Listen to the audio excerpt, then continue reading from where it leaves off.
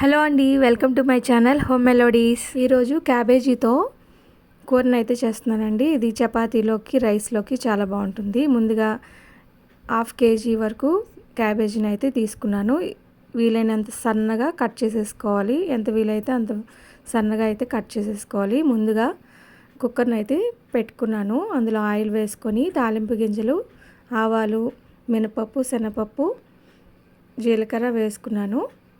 ఎండుమిర్చి, పచ్చిమిరపకాయలు, ఉల్లిపాయ ముక్కలు వేసుకొని 2-3 మినిట్స్ వేయించుకోవాలి. ఉల్లిపాయ ముక్కలు మెత్తబడే వరకు కూడా వేస్తూ ఉండాలండి, కలుపుతూ వేయించుకోవాలి. ఇక్కడ 2 మీడియం సైజు ఉల్లిపాయలను అయితే నేను తీసుకుని కట్ చేసుకుని వేసుకున్నాను. ఇవి మెత్తబడే వరకు కూడా కలుపుతూ వేయించుకోవాలి. ఇవి కొంచెం వేగిన తర్వాత క్యాబేజీ ముక్కలను వేసేసుకోవాలి అందులో. ఇప్పుడైతే ఉల్లిపాయలు వేగిపోయినాయి. క్యాబేజీ ముక్కలను అయితే ఇందులో వేసేస్తున్నాను. వేసుకొని బాగా కలుపుకోవాలి. క్యాబేజీ ముక్కల్ని నూనెలో బాగా మగ్గబెట్టుకోవాలండి. ఇలా మగ్గబెట్టుకోవడం వలన దాంట్లో ఉన్న స్మెల్ అనేది ఉండకుండా ఉంటుంది. కొంతమందికి ఈ క్యాబేజీ స్మెల్ అనేది ఇష్టం ఉండదు కదండి. ఇలా కూర వండుకునేటప్పుడు కొంచెం నూనెలో మగ్గితే ఆ స్మెల్ అనేది ఉండదు. ఇక్కడ 2-3 నిమిషాలు కలుపుతూ వేయించుకోవాలి.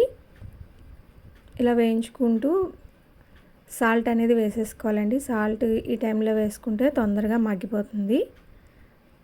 2 స్పూన్స్ వరకు సాల్ట్ని అయితే వేసేస్తున్నాను. 1 స్పూన్ పసుపు వేస్తున్నాను. జీలకర్ర, ధనియాల పొడి కూడా ఇప్పుడే వేసేస్తున్నాను. వేసుకొని బాగా కలుపుకున్నామంటే క్యాబేజీలో ఉన్న వాటర్తోనే మగ్గిపోతుంది. వేసిన క్యాబేజీ హాఫ్ వరకు వచ్చే వరకు కూడా మగ్గబెట్టేసుకోవాలండి. ఇలా మధ్య మధ్యలో కలుపుతూ మూత పెట్టుకున్నాము అంటే తొందరగా మగ్గిపోతుంది. ఇప్పుడు ఇందులో నేను 2 టమాటోస్ని కట్ చేసుకొని వేసుకుంటున్నాను. అవి కూడా మూత పెట్టుకొని 2-3 నిమిషాలు మగ్గపెట్టుకోవాలి. టమాటోలు మెత్తగా అయ్యే వరకు కూడా మగ్గబెట్టుకుంటే కూర రుచి చాలా బాగుంటుంది. ఇలా 2 నిమిషాలు కలుపుతూ మగ్గబెట్టుకున్నామంటే ఇప్పుడు అల్లం వెల్లుల్లి పేస్ట్ వేసేసుకోవాలండి. ఇందులో 2 స్పూన్స్ వరకు కారం కూడా వేసేసుకున్నాను. వేసుకొని బాగా కలుపుకొని 2 నిమిషాలు బాగా కలుపుకున్న తర్వాత అల్లం వెల్లుల్లి పేస్ట్ పచ్చివాసన పోయే వరకు కూడా వేయించుకున్న తర్వాత దీంట్లో 1/2 గ్లాస్ వరకు వాటర్ వేసుకొని బాగా కలుపుకోవాలి.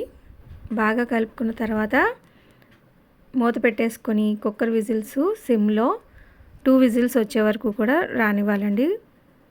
ఇప్పుడు ప్రెషర్ అంతా పోయి బాగా ఆవిరి అంతా పోయిన తర్వాత ఆవిరికి మగ్గిపోయిన తర్వాత చూస్తున్నారు కదా, కొంచెం వాటర్ ఉంది. ఆ వాటర్ కూడా బాగా మగ్గిపోయిన తర్వాత వాటర్ అనేది దగ్గరికి అయిపోవాలి.